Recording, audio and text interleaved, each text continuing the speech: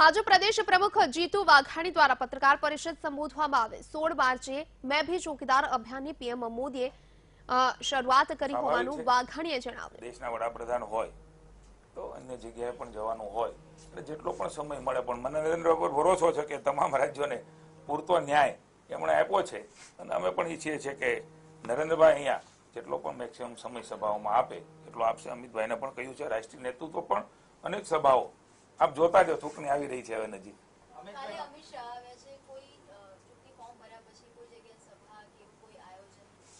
મેં કહ્યું ને પ્રારંભની અંદર જ્યારે આ યાત્રા શરૂ થઈ છે ત્યારે પ્રારંભમાં એક જ સભા સ્વરૂપે રાષ્ટ્રીય નેતૃત્વ અમિતભાઈ એ બધા સંબોધવાના છે। અમિતભાઈ કેટલાક ગાંધીનગર લોકસભા સીટમાં આવતા કાર્યકર્તાઓ એમની પણ એ બેઠક એ ફોર્મ ભર્યા પછી લેવાના છે।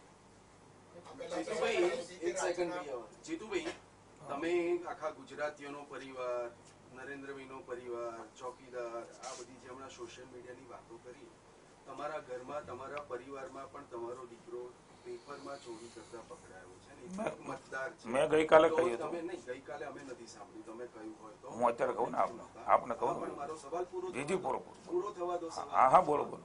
એટલે ગઈકાલે જે ચોરી કરતા પકડાયો તમારો દીકરો એ મતદાર છે, તમે એવા દીકરાના મતની ભાજપ પાસે અપેક્ષા રાખો છો? મને એવું લાગે છે કે નિયમ અને કાયદો એ બધાને સરખો લાગુ પડતો છે ને જ્યાં સુધી મતની વાત કરો છો ત્યારે મતનો અધિકાર એ લોકશાહીમાં બધાને આપ્યો છે। ક્યાં આપો, કોણે આપો એમણે નક્કી કરવાનું છે વિવેકભાઈ। એટલે મને એવું લાગે છે કે જે કાયદો અને નિયમ એ સામાન્ય વિદ્યાર્થી એ નિયમનું ઉલ્લંઘન કરતો હોય એને લાગુ પડે, એ મારો દીકરો હોય તો એને પણ લાગુ પડે। મેં ગઈકાલે જેમણે પૂછ્યું એને કહ્યું છે ને આપના માધ્યમથી પણ કહું છું, મારો દીકરો હોય એટલે કોઈ વિશેષ ન થઈ જાય એટલે એમને પણ લાગુ પડે। એટલે એમને જે લાગુ પડે। સવાલ એ નથી જીતુભાઈ, સવાલ એટલો છે કે ચોરી કરવા વાળા ચોર મતદારોના મતની અપેક્ષા તમે રાખો છો? મેં આપને કહ્યું કે જે નિયમના કાયદો લોકશાહીમાં જ્યાં જ્યાં લાગુ પડતો હોય મારા દીકરાને પણ લાગુ પડશે। મારા પરિવારે આજે નક્કી કર્યું છે કે મારો દીકરો આજથી જ એક્ઝામ દેવા જવાનો નથી, પેપર આપી શકવાનો અધિકાર એમને હોય છે, કારણ કે પરીક્ષા સુધી સમિતિમાં જે તે વખતે નક્કી થતું હોય છે। પણ મારા પરિવારે નક્કી કર્યું છે કે એમણે ભૂલ કરી છે તો પરીક્ષા સુધી સમિતિ જે નક્કી કરે આજથી એ પેપર દેવા નથી જવાનું।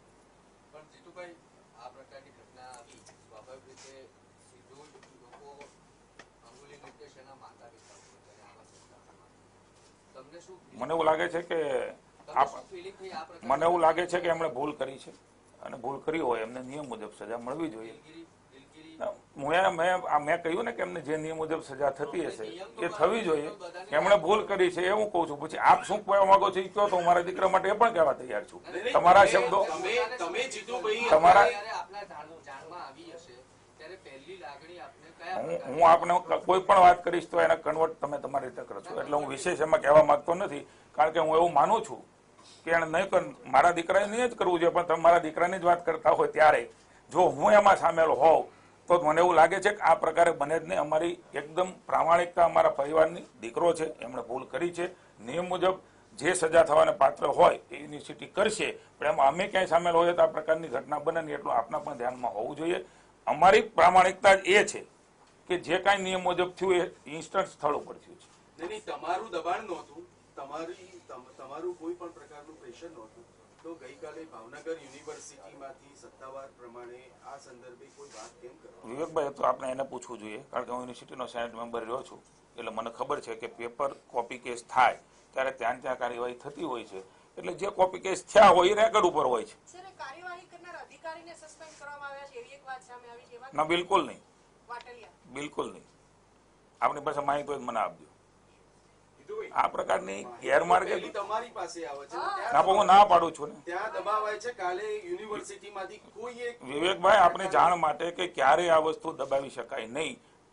આ વસ્તુ રેકર્ડ ઉપર હોય છે, એની ત્યાં નોંધ થાય, એની કાર્યવાહી થાય, પેપર સીલ થાય। હું યુનિવર્સિટીનો સેનેટ મેમ્બર રહ્યો છું અને એ કાગળ ઉપર હોય છે। એ તો આપના ઉપર છે, આપને કેવી રીતે મૂલવવું છે આપના ઉપર છે। મેં મારો જવાબ આપી દીધો છે। હા, હિન્દી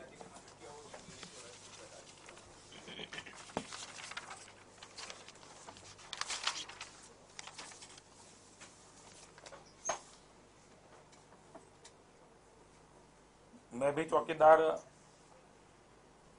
अभियान का प्रारंभ 16 मार्च को नरेंद्र भाई मोदी ने समग्र देश में किया। देश की जनता ने उत्साहपूर्वक मैं भी चौकीदार इस अभियान में हिस्सा लिया। नरेंद्र भाई ने उसकी व्याख्या भी स्पष्ट की है। गरीबी के सामने लड़ना, भ्रष्टाचार के सामने लड़ना, अस्वच्छता के सामने लड़ना, आतंकवाद के सामने लड़ना, सामाजिक दूषण के सामने लड़ना, मैं मानता हूं कि ये सब देश की प्रगति के बाधक रहते हैं। तो विकास के लिए इन सभी पहलों को लेके देश की जनता उसके साथ जुड़ी है। सोशल मीडिया में भी उसको व्यापक आवकार मिला है, जनता ने भी व्यापक आवकार दिया है। तब नरेंद्र भाई पूरे देश में 31 मार्च को 500 जगह पे टाउन हॉल प्रोग्राम के द्वारा वार्तालाप करेंगे, अपनी बात रखेंगे और किसी की बात सुनेंगे भी।